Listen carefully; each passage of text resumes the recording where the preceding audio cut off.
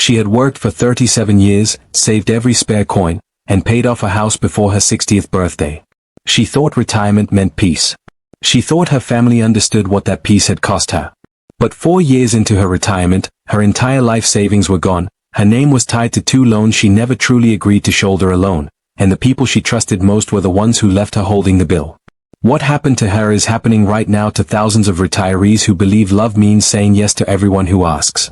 If you are retired, or if you are caring for someone who is, stay until the end, because the 5th person on this list is the one nobody ever expects, and it is the one that destroys retirements the fastest. Retirement is supposed to be the reward at the end of a long working life. It is the moment when the paycheck stops, but the bills, thankfully, are supposed to be smaller too. Financial counselors who work with older adults say the same thing over and over. The danger to a comfortable retirement rarely comes from bad investments or market crashes. It comes from people. It comes from requests wrapped in love, urgency, and guilt.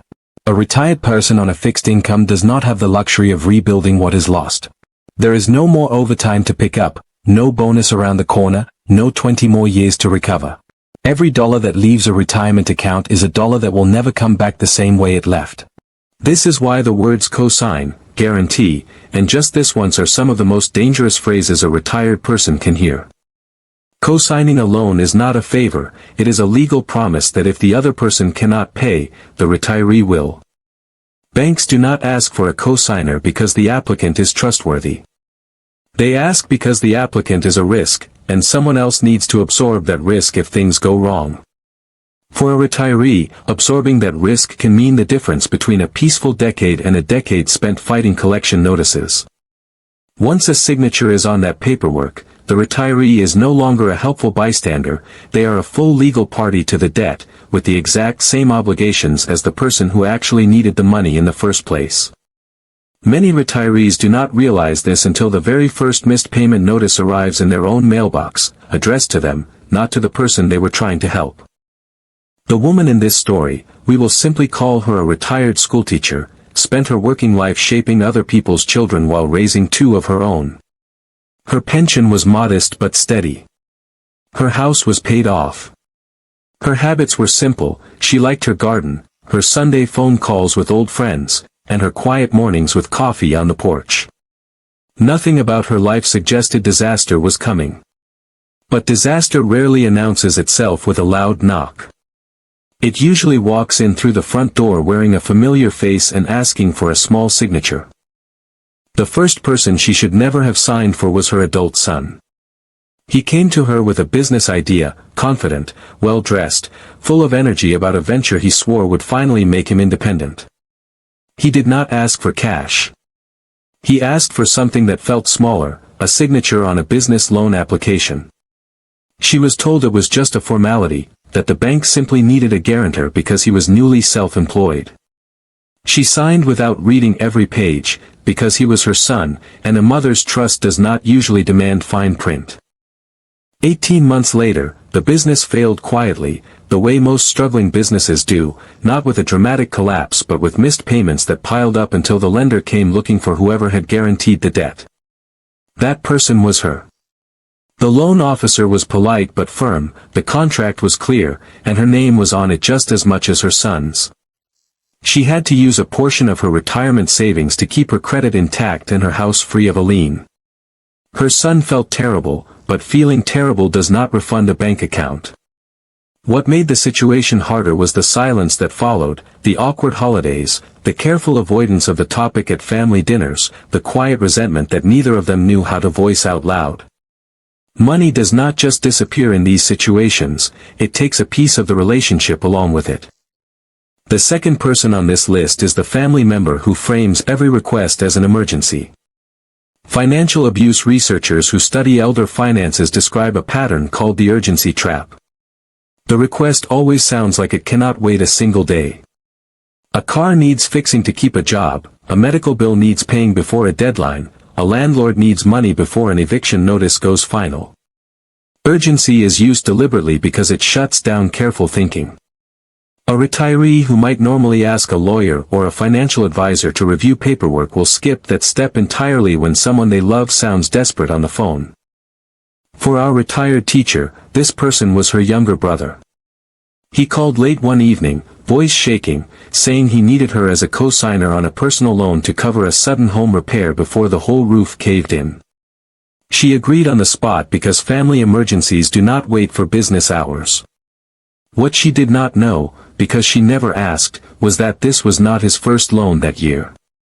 He had already borrowed from 2 other relatives and had no realistic plan to repay any of them.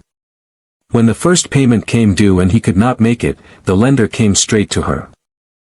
The third type of person retirees should be cautious of is the one who insists that paperwork is a mere formality between family. This phrase, just a formality, should be treated as a warning rather than reassurance. Legitimate lenders do not consider a co-signer's signature a formality, they consider it a legal obligation equal to the primary borrower's. When a family member downplays what a document actually means, it is often because they know that if the retiree understood the full weight of it, they would hesitate to sign. For the retired teacher, this person was her son-in-law, a charming man who handled the family finances with confidence and always seemed to have an answer for everything. He needed a co-signer for an auto loan to replace a car that had broken down, and he assured her it was purely procedural, that his credit was fine but the dealership wanted extra assurance because he was new to the area. She never saw the actual terms of the loan. She trusted his summary of it instead of reading the contract herself. When he lost his job months later and stopped making payments, the dealership's collections department did not care whose fault it was. They simply wanted their money from whoever had signed. By the time these 3 loans came due around the same period, her retirement savings had shrunk by nearly half. She had planned for a modest but comfortable decade. She was now facing years of tight budgeting just to recover ground she had already worked her entire life to secure. Financial advisors call this stacking risk, when a retiree unknowingly becomes financially connected to multiple people's debts at once, none of which they can control once the ink is dry. The cruelest part of stacking risk is that it rarely feels dangerous in the moment. Each individual request seems small and manageable on its own. It is only later, when several obligations mature around the same time, that a retiree discovers just how exposed they had allowed themselves to become, one reasonable-sounding favor at a time. The fourth person to be cautious of is the friend from church, community groups, or long-standing social circles who frames a financial request as an act of faith or loyalty rather than a financial transaction. This is one of the most emotionally difficult categories because refusing can feel like betraying a friendship or a shared community. Yet financial counselors consistently point out that healthy friendships do not require one person to risk their retirement security to prove loyalty to another. For the retired teacher, this person was a close friend from her weekly community gathering, someone she had known for over 20 years. He needed a co-signer for a small business loan to open a modest shop, and he reminded her, gently but pointedly, how many times he had helped her over the decades. She felt an obligation that went beyond simple friendship. She signed, believing that a friendship built over 20 years surely meant he would never let her down. When his shop failed within a year due to circumstances entirely outside either of their control, she was once again on the hook for a debt she had never truly agreed to carry alone. The fifth person, the one almost nobody expects, is the retiree's own future self in a moment of loneliness. This sounds strange, but geriatric financial counselors describe it often. After retirement, many people experience a quiet loss of purpose and connection. When someone, even a distant acquaintance or a new companion, offers attention, warmth, or the feeling of being needed again, the retiree can become willing to co-sign, lend, or guarantee almost anything just to keep that connection alive. Loneliness lowers financial caution more than almost any other single factor identified in elder financial studies. For the retired teacher, this fifth chapter came quietly, nearly 2 years after the earlier losses. A new acquaintance from a hobby group took an interest in her, visited often, and made her feel valued again after a difficult stretch of isolation. When this person asked her to co-sign a modest personal loan, she barely hesitated, not because the paperwork was convincing, but because saying yes felt like securing the only warm relationship she had left. When the loan defaulted a year later and the acquaintance quietly stopped visiting altogether, she understood, painfully, that the friendship itself may have been built around that single signature. By the time she pieced together the full pattern, she had lost the majority of her retirement savings across 5 separate obligations, none of which were technically her own debt to begin with. She had to sell part of her property, take on part-time work well into her 70s, and rebuild trust in her own judgment before she could rebuild her finances. Her story is not unique. Consumer protection researchers who study senior financial security estimate that co-signing arrangements gone wrong are among the most common and least discussed causes of retirement poverty, precisely because they rarely make headlines the way scams or fraud do. They look, on paper, like ordinary family favors. What made her story different, and what ultimately helped her recover, was a decision she made afterward that many retirees never make. She began treating every financial request, regardless of who asked, with the same 3 questions. First, could she comfortably survive the complete loss of this money if the loan defaulted? Second, had she personally read every page of the agreement rather than relying on someone else's summary? Third, was she being asked to decide immediately, or was she being given real time to think it over? If any request failed even one of these 3 questions, she now says no without guilt, because guilt, she learned, is the tool other people's urgency uses against a generous heart. Financial planners who specialize in retirement security recommend a similar framework for anyone in or approaching retirement. Never co-sign a loan for someone whose repayment plan you have not personally reviewed. Never let affection for a person substitute for reading a contract in full.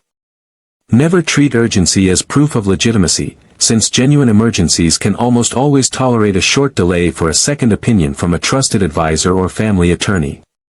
And never assume that love, loyalty, or decades of friendship are protection against a debt collector, because legally, they are not. It also helps to remember that a genuine act of generosity does not require risking everything at once. A retiree can offer a small, clearly defined gift that they are fully prepared to lose, rather than an open-ended guarantee tied to someone else's ability to keep every future promise. That single shift, from unlimited exposure to a fixed and comfortable limit, is often enough to protect decades of savings while still allowing generosity to remain part of a retiree's character. If there is one lesson from her story worth carrying forward, it is that saying no to a signature is not the same as saying no to a person. A retiree can still offer comfort, advice, encouragement, and even modest, affordable gifts without placing their entire financial security on the line. The people who truly respect a retiree's hard-earned peace will understand a boundary. The ones who resist that boundary the hardest are often revealing, without meaning to, exactly why that boundary was necessary in the first place. If this story reminded you of someone in your own life, a parent, a grandparent, or perhaps even yourself, take a moment today to have an honest conversation about financial boundaries before a request ever comes knocking. Share this video with someone who worked hard for their retirement and deserves to enjoy every bit of it without fear. If you found value in this story, consider subscribing to the channel for more real-life lessons like this one, and leave a comment letting us know which of these 5 people surprised you the most. Thank you so much for watching, take care of yourselves and the people you love, and we will see you in the next one.